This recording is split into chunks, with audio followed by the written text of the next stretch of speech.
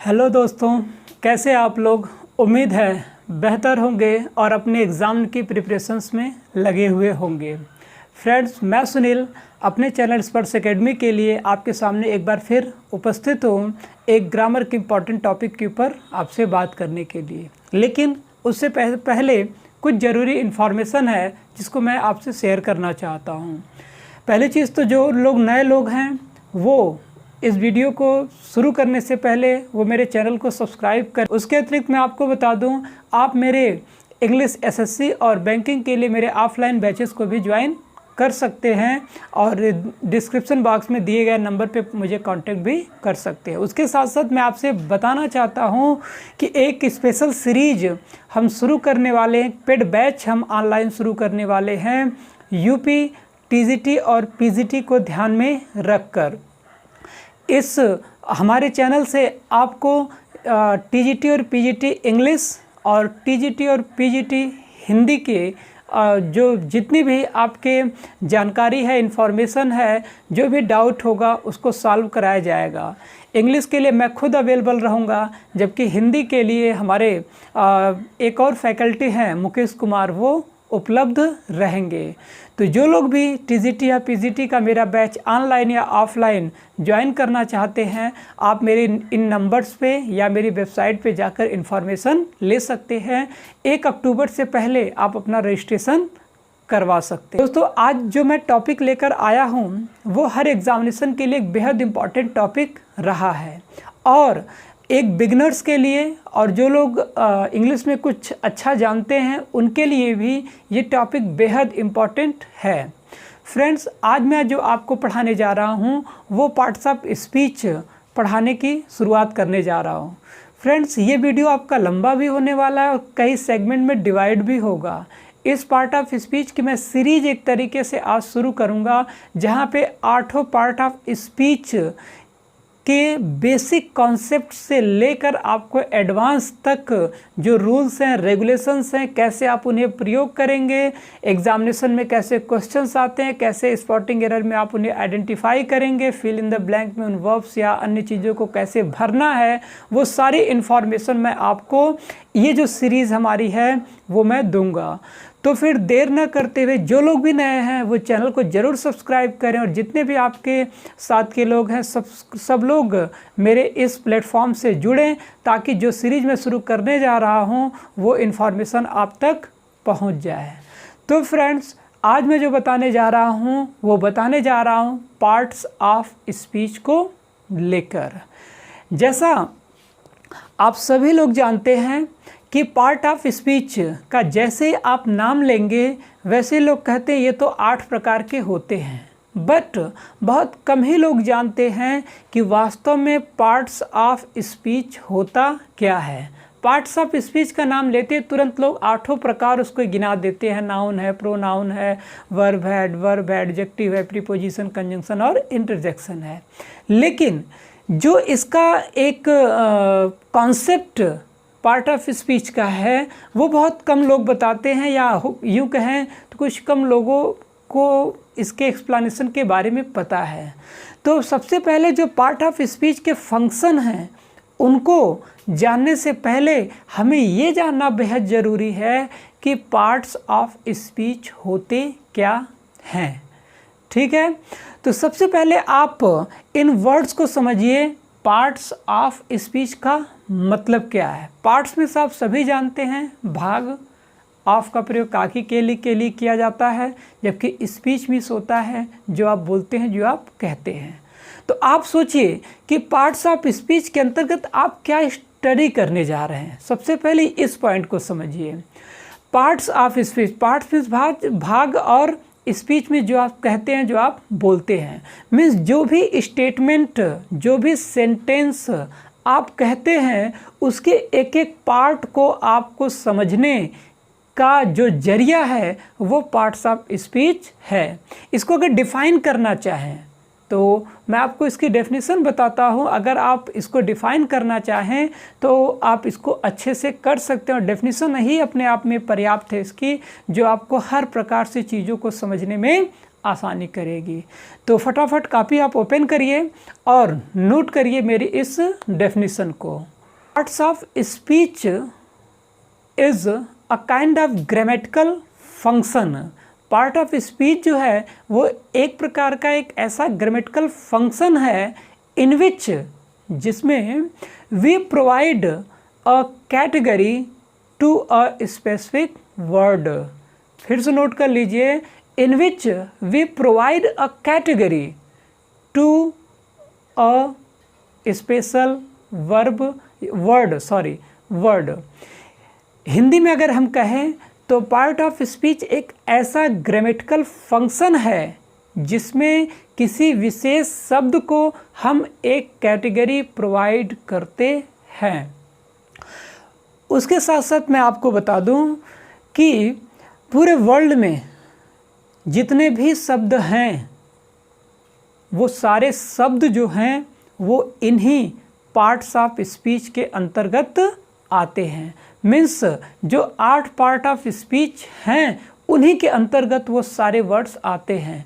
अगर आप ध्यान दें तो नाम और अन्य चीज़ों को अगर हम मिला लें तो अरबों खरबों वर्ड हैं, लेकिन वो अरबों जो वर्ड हैं वो किस में आते हैं? सिर्फ और सिर्फ हमारे इसी 8 कैटेगरी में ही आते हैं।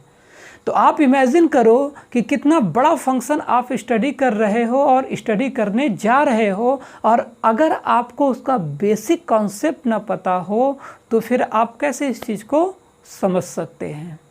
तो पार्ट ऑफ स्पीच की डेफिनेशन आपने नोट की, आप स्क्रीन पे भी देख सकते हैं, डेफिनेशन ब्लिंक कर रही है, आप इसको यहाँ से भी नोट कर सकते हैं। तो अगर उसी क्रम में हम आगे बढ़ें तो जो पार्ट ऑफ स्पीच के फंक्शन की बात कर लें तो parts of speech can be divided into 8 parts, या फिर पार्ट्स ऑफ स्पीच और ऑफ 8 पार्ट्स या 8 टाइप्स। पार्ट्स ऑफ स्पीच जो हैं वो आपके 8 प्रकार के होते हैं। कौन कौन से होते हैं उसको भी आप बेहतर ढंग से समझ लीजिए। पहला आपका है नाउन, दूसरा है प्रोनाउन, तीसरा है वर्ब, चौथा है आपका एडजेक्टिव, पांचवा आपका एडवर्ब, छठवां आपका प्रीपोजिशन, सातवां आपका कंजंक्शन और आठवां आपका इंटरजेक्शन। और आपको हम बता दें कि ये जो आपके 8 हैं इन्हीं में आपको मैंने जो अभी बताया कि लगभग अरबों जो वर्ड हैं वो सारे इसके अंतर्गत समाहित हैं। अगर इसको और हम आसानी से और बेहतर ढंग से अगर समझें तो मैं अभी आपको शॉर्टकट में ही इन 8 का जो मैं जो आपको एक एग्जाम्पल के स्वरूप या यूँ कह ले तो समझाने के लिए मैं इन 8 का प्रयोग आपको शॉर्ट में बता सकता हूँ। ठीक है, जहाँ पे जो पहला आपका फंक्शन है वो है नाउन का। जैसा आप सभी लोग जानते हैं नाउन किसी नाम को ही कहते हैं। मीन्स अगर नाम का कोई भी शब्द है तो आपका क्या होगा? नाउन होगा। कितना हो छोटी से छोटी चीज़ क्यों ना हो, कितना हो बड़ी से बड़ी चीज़ क्यों ना हो, अगर उसका कोई नाम है तो वो नाम किस कैटेगरी में आएगा? वो आपके नाउन की कैटेगरी में आता है। तो एक चीज़ तो कंफर्म हुई कि सारे नाम कहाँ आ गए? नाउन में आ गए। ठीक है, अब उसके बाद हम आगे बढ़ें। प्रोनाउन, प्रोनाउन 2 वर्ड से मिलके बना है, pro plus noun. Pro means होता है फार या के लिए के सेंस में प्रयोग किया जाता है, जबकि नाउन जो होता है वो अभी आपने बताया कि नाम के लिए प्रयोग किया जाता है। तो जो नाउन के लिए जो जो शब्द प्रयोग किए जाएंगे तो वो आपके क्या होंगे? प्रोनाउन होंगे। ठीक है, तो अगर एक समरी इन दोनों की निकाली जाए तो पूरे वर्ल्ड में जितने लोगों के नाम हैं, जितने वस्तुओं के नाम हैं, जितने प्रोडक्ट्स के नाम हैं, जितने छोटे छोटे फंक्शन के नाम हैं, अगर आपने उसका नाम रख दिया तो सारे आपके नाउन हो गए। तो देखा जाए तो नाउन का भी अपना दायरा खुद इतना बड़ा है कि इसके अंतर्गत करोड़ों वर्ड्स आ सकते हैं। ठीक है, उसके बाद तीसरे नंबर पे आते हैं वर्ब की। अगर हम वर्ब की बात कर ले फ्रेंड्स तो हम वर्ब में ये चीज़ पाते हैं कि वर्ब मीन्स होता क्या है? हिंदी में कहें तो क्रिया, means a kind of action, a kind of state, मतलब जो एक प्रकार का एक्शन बताए जो एक प्रकार की स्थिति को रिप्रेजेंट करे, वो वर्ब के अंतर्गत आता है। तो आप मुझको बताइए कि पूरे वर्ल्ड में जितने भी काम हुए, जितने भी एक्शन हो रहे हैं या जो भी अवस्थाओं को प्रदर्शित कर रहे हैं, वो सारी चीज़ें किस में आ गई? आपके वर्ब में आ गई। ठीक है, तो हम अगर ध्यान दें तो इसके अंतर्गत भी करीबन लाखों वर्ड आ गए, क्योंकि लाखों तरीके के काम होते हैं, हजारों तरीक़ों के काम होते हैं, अवस्थाएं होती हैं, जिसको दिखाने के लिए आप वर्ब का प्रयोग करेंगे। अब आते हैं चौथे नंबर पे। चौथे नंबर पे हम देख सकते हैं कि हमारे पास एडजेक्टिव है। एडजेक्टिव होता क्या है, पहले इसको हम समझ लें। एडजेक्टिव को अगर शॉर्ट में हम कहें तो एडजेक्टिव जो है किसी नाउन या प्रोनाउन की विशेषता बतलाता है। ठीक है, ध्यान दीजिए, ये मैं भी आपको शॉर्ट में एक इंट्रोडक्शन दे रहा हूँ, इसको ध्यान से सुनिए, आपको बहुत अच्छा लगेगा। तो अगर कोई नाउन या प्रोनाउन की विशेषता बतलाता है, उसके गुण को, उसके दोष को, उसकी मेरिट को, उसकी डीमेरिट को कोई एक्सप्लेन करता है, तो वो वर्ड क्या हो गया? आपका एडजेक्टिव हो गया। ठीक है, उसी के जस्ट नीचे आप देखेंगे एडवर्ब है। एडवर्ब को भी अगर दो पार्ट में आप डिवाइड करो तो ad plus verb means adjective plus verb है। मैं क्यों ऐसा कर रहा हूँ, इसे समझने में आपको आसानी होगी। एडजेक्टिव मतलब ये भी विशेषता बतलाने का काम करेगा, लेकिन विशेषता बतलाएगा किसकी? अब ये वर्ब की विशेषता बतलाएगा, ये एक्शन की विशेषता बतलाएगा। तो जो शब्द किसी वर्ब की, किसी एडवर्ब की, किसी एडजेक्टिव इत्यादि की विशेषता बतलाता है, वो शब्द आपका एडवर्ब होता है। मतलब अगर किसी मनुष्य किसी स्थान की विशेषता बतलाओ तो एडजेक्टिव में चला जाएगा, किसी के काम की विशेषता बतलाओ तो एडवर्ब में चला जाएगा। तो 5 आपके क्लियर हुए। छठवें नंबर पे आते हैं। छठवें नंबर पे जो आपका है प्रीपोजिशन, ये भी 2 वर्ड से मिल के बना है, pre plus position. Pre means होता है पहले और पोजीशन मीन्स होती है स्थिति। ठीक है, तो ये जो नाउन या प्रोनाउन से पहले ये वर्ड प्रयोग किया जाता है और ये वर्ड पहले प्रयोग होकर ये उस नाउन प्रोनाउन की स्थिति को दिखाता है कि वो नाउन प्रोनाउन ऊपर है, नीचे है, दाएं है, बाएं है, नज़दीक है, दूर है। तो ये जो वर्ड है प्रीपोजिशन, वो इनसे पहले लगकर इनकी स्थिति को रिप्रेजेंट करता है। इस पे मैंने एक प्लेलिस्ट भी बनाई है, अभी हाल में ही मेरा इस पे वीडियो था, मैंने इस पे एक प्लेलिस्ट बनाई है, आप उस प्लेलिस्ट को देखिए, उसमें करीबन 5 से 6 प्रीपोजिशन के ऊपर मेरे वीडियो हैं। उसको अगर आप देख लेंगे तो प्रीपोजिशन का जो कॉन्सेप्ट है वो आपका क्लियर हो जाएगा। इसके नीचे हम आए तो कंजंक्शन है। कंजंक्शन वे शब्द होते हैं जो 2 लोगों को जोड़ने का काम करते हैं। मतलब अगर आप 2 नाउन या 2 वर्ब या 2 कोई ऐसी चीज़ आप आपस में जोड़ते हैं तो जो जोड़ने वाला शब्द आपको चाहिए उसको आप कंजंक्शन कहेंगे। और उसके बाद लास्ट में नंबर आता है इंटरजेक्शन का।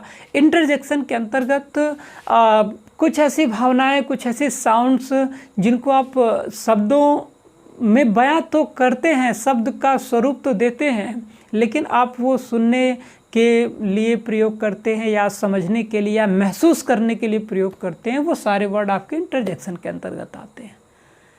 तो ये ब्रीफ में इन 8 पार्ट ऑफ स्पीच का एक इंट्रोडक्शन था।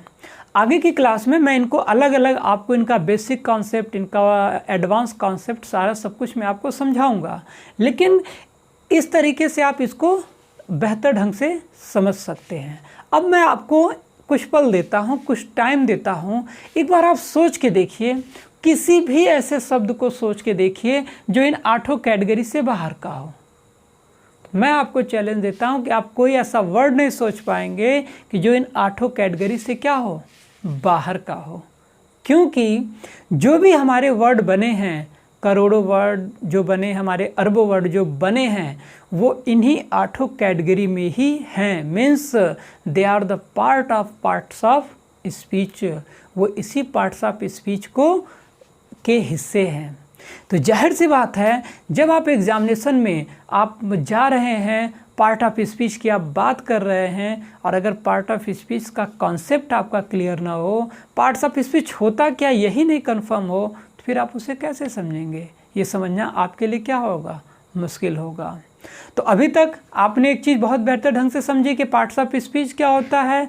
पार्ट्स ऑफ स्पीच एक ऐसा ग्रामेटिकल फंक्शन है, एक ऐसा ग्रामेटिकल मैकेनिज्म है जिसके अंतर्गत हम प्रत्येक वर्ड, मतलब जो सेंटेंस का प्रत्येक वर्ड होता है, उसको एक स्पेसिफिक कैटेगरी प्रोवाइड करते हैं। मीन्स अगर वो नाम होगा तो नाउन होगा, नाम के लिए शब्द होगा तो प्रोनाउन होगा, कोई एक्शन होगा तो वर्ब होगी, और अगर नाउन प्रोनाउन की विशेषता बतलाने वाला होगा तो एडजेक्टिव होगा, अगर वर्ब की विशेषता बतलाने वाला होगा तो आपका एडवर्ब होगा, किसी पोजीशन को रिप्रेजेंट करेगा तो प्रीपोजिशन होगा, किसी को जोड़ने वाला होगा तो कंजंक्शन होगा, और किसी फीलिंग या किसी साउंड को अगर एक्सप्रेस करने वाला होगा तो वो इंटरजेक्शन होगा। तो ये आपका पार्ट्स ऑफ स्पीच का मेरा ब्रीफ में ही एक इंट्रोडक्शन है, जो उम्मीद है आपको बेहतर लगा होगा।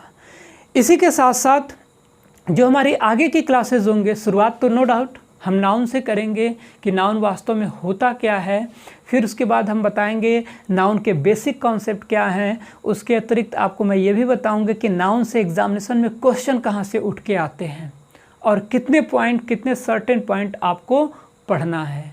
नेक्स्ट वीडियो में नाउन और उसके बेसिक और एडवांस कॉन्सेप्ट के